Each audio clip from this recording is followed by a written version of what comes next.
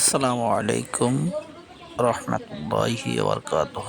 প্রিয় খামারি ভাই ও বন্ধুগণ, আশা করি সবাই ভালো আছেন। আলহামদুলিল্লাহ, আপনাদের দোয়ায় আমিও ভালো আছি। আপনাদেরকে এর আগের ভিডিওতে গরুকে কেমরি ওষুধ খাওয়ানোর পরে কি কি করা যাবে, কি কি করা যাবে না স্বাভাবিক মতে সেগুলো জানানো হয়েছিল।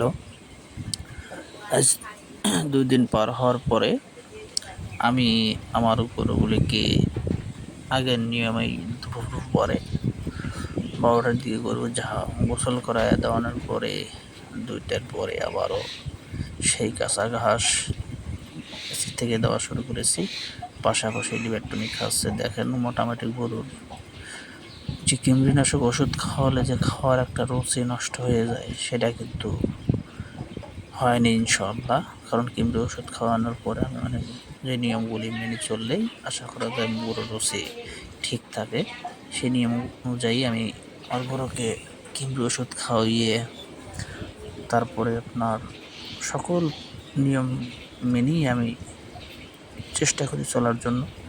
আশা করি সেই জন্য গরুর মুখের রুচি এখনও স্বাভাবিকই আছে।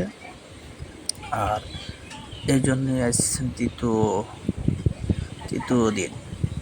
তৃতীয় দিন গরু মোটামুটি আগের মতনই স্বাভাবিক হয়ে গেছে। গোবর টবর সব ঠিক আছে, খাবার দাবার রুচি সব ঠিক আছে। এখন লিভার টনিক খাওয়ানো হচ্ছে।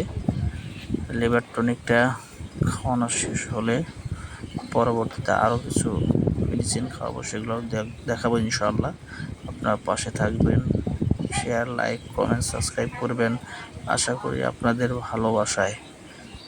ভালোবাসা পেলে আরও ভালো কিছু দেখাতে পারবো এবং আপনারা আমার মাধ্যমে শিখতে পারবেন। আশা করি ভালো থাকবেন।